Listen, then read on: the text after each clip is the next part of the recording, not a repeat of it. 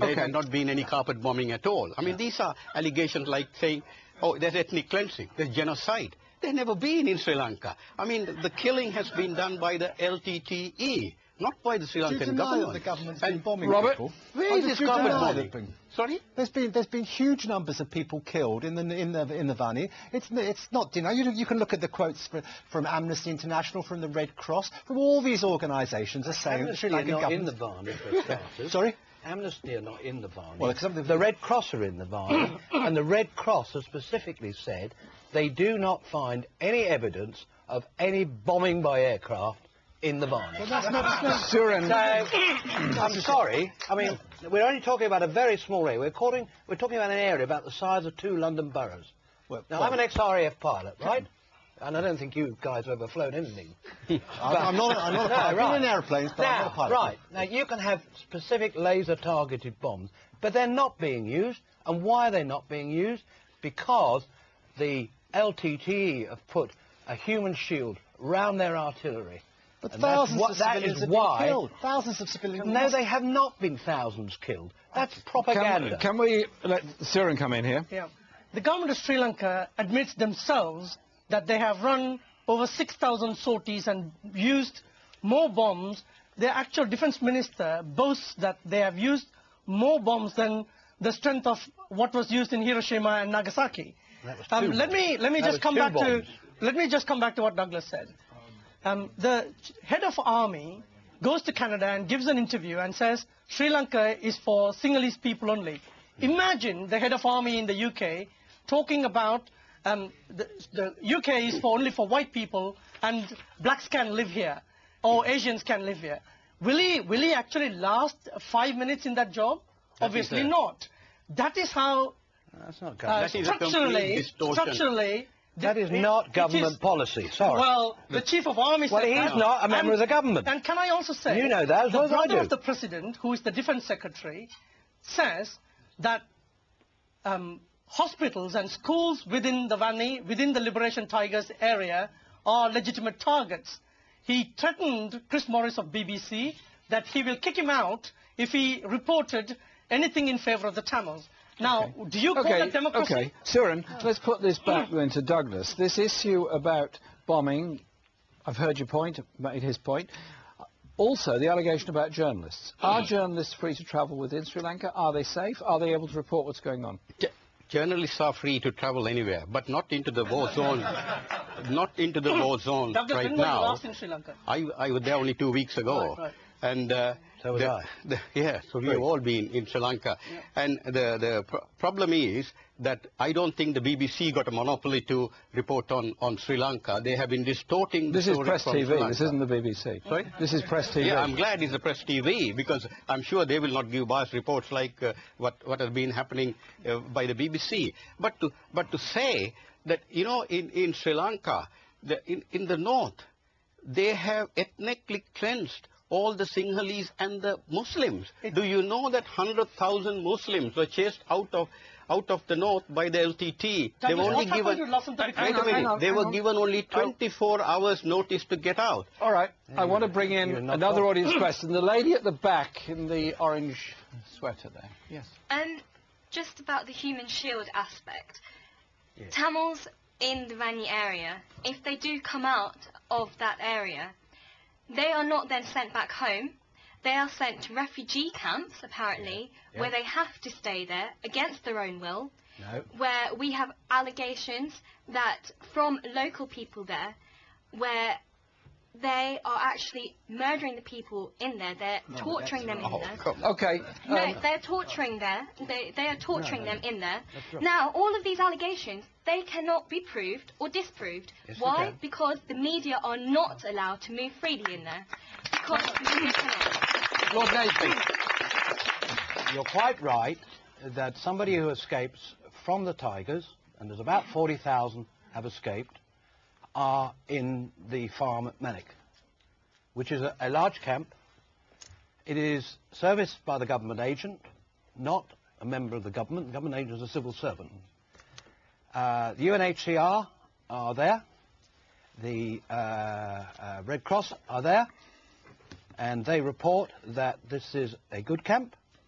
Well, no, I mean, the Red Cross are not... you can't pull the wool over the eyes of the International Red Cross. John Holmes... I'm sorry, you cannot pull the wool over the International... Well, if there was something wrong there, they would have reported it. Well, think about John Holmes, who is the United Nations humanitarian representative. He says there is no access to NGOs and media. Well, he's wrong, because I checked this morning. Let's hear him finish his point. Thanks very much. John Holmes, who is the United Nations top official, says there is no freedom of movement. The military are controlling that area, and he has urged the government of Sri Lanka to let NGOs and the media to have free access. Today, in Sri Lanka, just hold on just 1 minute, constitutionally it allows for humanitarian organizations sponsored by the Sri Lankan government to have access without permission. Now, the government of Sri Lanka, since the 28th of November, has refused their own human rights organizations to go into these camps.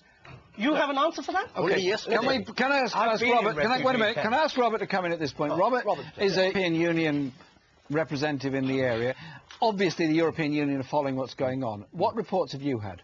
Well, I mean, we've had the same sort of reports, and let's be perfectly honest. I suggest that there's nobody in this room, whether it's the panel or not, who knows for sure we were relying on information. And Douglas and Lord Naseby say that's not true. Disregard things. I don't believe that all these organisations, these aid organisations that we're talking about, or all the stories from the camps that we've heard, can all be discredited. You know, you wanted to try. This is John Holmes' statement here that I'm looking at. Yeah, well, when was John Holmes over there? He's not there last week, is he? Yes, he was. Yes, he was. In the camp.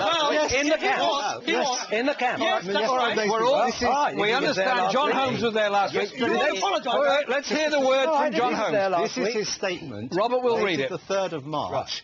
Which was sent to me by the Sri Lankan embassy in Brussels. So there must be an element of truth that they wanted to send it. And he says that... which the young lady at the back says about the camps, and this is the only one that he was able to go to, which suggests it's one of the better ones. Movement in and out of them is highly and unacceptably restricted. So the suggestion that people can move out. I didn't say they could move out. I didn't say that. But there's also stories that they're going to be. I said the Red Cross could go in, and the UNHCR. Okay. Both are in there, and both were satisfied. But also can we just bring in Douglas?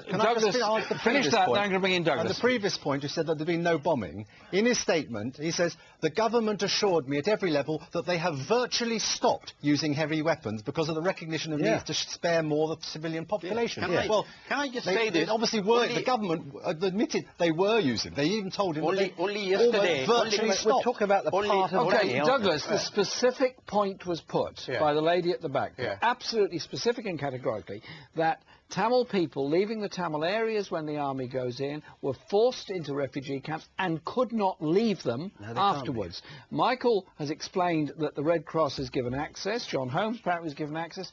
What's the truth on this? The truth is, only yesterday, the ambassadors of France, Russia, South Korea, all these countries were invited to the camps, and if you read their reports, they're saying glowing reports about how Sri Lanka is treating these people. Remember, the question is about access I will come to that. By the they are escaping the Tamil Tigers.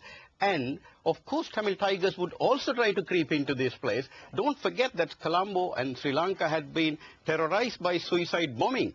I mean, if that was happening in this country, do you think they would allow people just to walk in? And here, you have to screen them. Once those people come into the camps, and the camps are perfectly, according to these ambassadors, are a glowing tribute to Sri Lanka, the way they're running this camp. And surely they have to be screened to find out who these people are. And if they are genuine, of course they can't go back immediately to that area because it's still mined by the Tigers. There's a LTT controlled area. They have to be thrown out before these people can be sent back. So there is a degree of control. There is a degree of control. Of course. Go home. They can't go back to audience question at the back there. Gentleman there with the glasses. Yes, Mr. Surendran mentioned on the question of discrimination that Sinhalese is the only official language, which is factually wrong and which is propaganda. Yeah. Can I correct you? Is that your question? No, sir. Let him finish his question. Carry on. I want to ask him whether he does know that Tamil, Sinhalese are two official languages with English in Sri Lanka today. I said in 1956, Mr. Bandaranaike introduced the